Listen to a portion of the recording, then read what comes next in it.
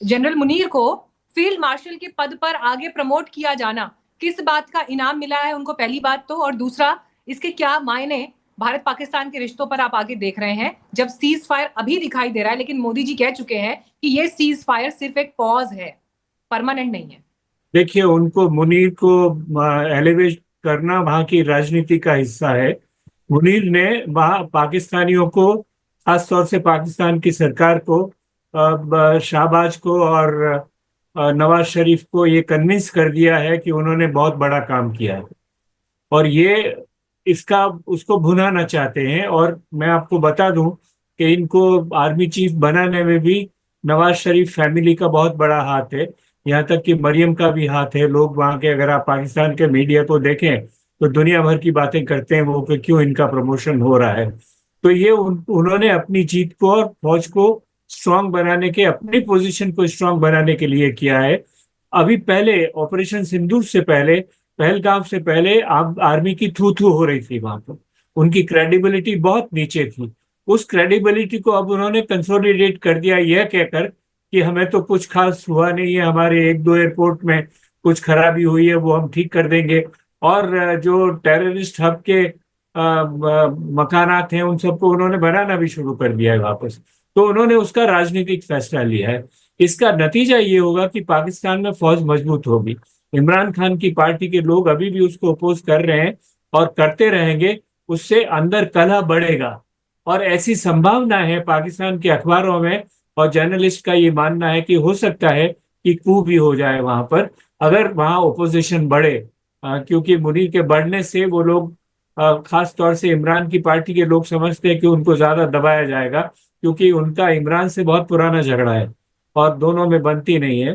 तो हो सकता है कि आंतरिक राजनीति में बहुत बड़ा परिवर्तन आ जाएगा। आप देखें, अगर पिछले 15 साल से, करीब 10-15 साल से वहां कू नहीं हुआ है। फौज ने हमेशा से सिविल गवर्नमेंट का मुखौटा बनाकर वहां पर डोमिनेंस लेने की कोशिश की है। तो हो सकता है इसमें एक परिवर्तन हो जाए।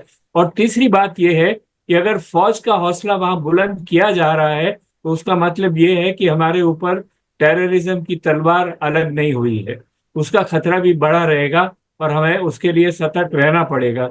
इसलिए ऑपरेशन सिंदूर चालू है, अच्छा है, लेकिन उसका जवाब देने के लिए, और मैं, ये अपनी मेरी निजी राय है, मैं इसमें किसी को क्रिटिसाइज नहीं कर रहा हूं, लेकिन हमने टेररिस्ट हब को तो नष्ट कर दिया, लेकिन टेररिस्ट हब के पीछे जो बड़ी शक्ति है वहां की फौज, वो ये समझ रही कि उनको नुकसान नहीं हुआ।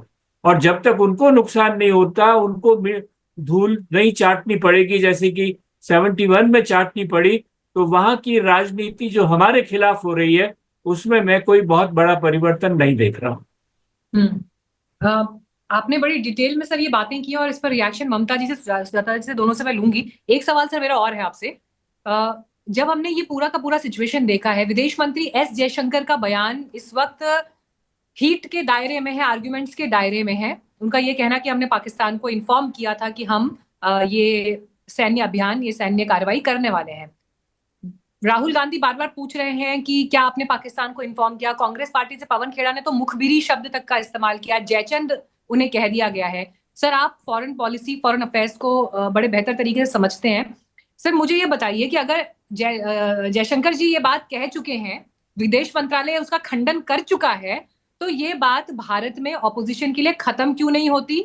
हम तो वही बात मानेंगे ना जो एमईए यहाँ से कह रहे हैं, तो ये बात क्यों नहीं खत्म हो जाती ऑपोजिशन के लिए, पॉइंट वन।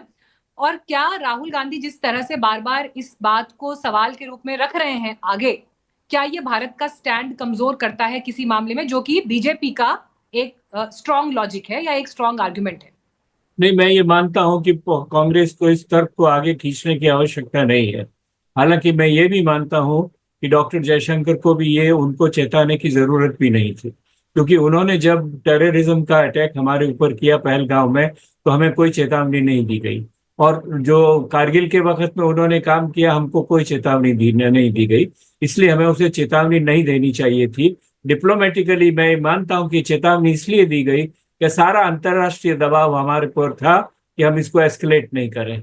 और इसीलिए हम उनको ये बताना चाहते थे कि देखिए, हमने सिर्फ टेररिज्म के हब्स को अटैक किया है, इसलिए आप इसको, वॉर को एक्सटेंड नहीं करें, एस्केलेट नहीं हाँ। करें।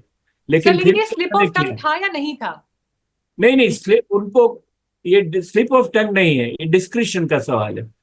ये कोई ऐसे मुंह से निकला नहीं है, ये जानबूझ के कहा गया, क्योंकि इंटरनेशनल ओपिनियन को सेटिस्फाई करने के लिए कहा गया कि हम ये स्पष्ट कर रहे हैं कि हमारा इरादा जो है, ऑब्जेक्टिव है, वो टेररिज्म के हब्स के आगे नहीं है। इसलिए पाकिस्तान को इसके ऊपर रिटेलिएट नहीं करना चाहिए। ये इरादा था कि उसको सीमा में रखा जाए, जो जो लड़ाई इस तरह से बढ़ी है वो ठीक है। नहीं बढ़नी चाहिए थी, इरादा ये था। लेकिन उसकी आवश्यकता नहीं थी। मैं ये हम्म। मानता हूं कि इसकी कोई जरूरत नहीं थी कि पाकिस्तान को हम सचेत करते। आप उसको बंद कर देते और उसके बाद आप पब्लिक ओपिनियन यहाँ पर हिंदुस्तान में एक प्रेस कॉन्फ्रेंस बुला के बोल देते कि हमारा इरादा बढ़ाने का नहीं है, हमारा इरादा सिर्फ यहीं तक रोकने का है। पाकिस्तान के डीजीएमओ को बताने की कोई आवश्यकता नहीं थी। और हम्म। कांग्रेस को अब इसे स्ट्रेच नहीं करना चाहिए, ये भी मैं बिल्कुल मानता हूँ।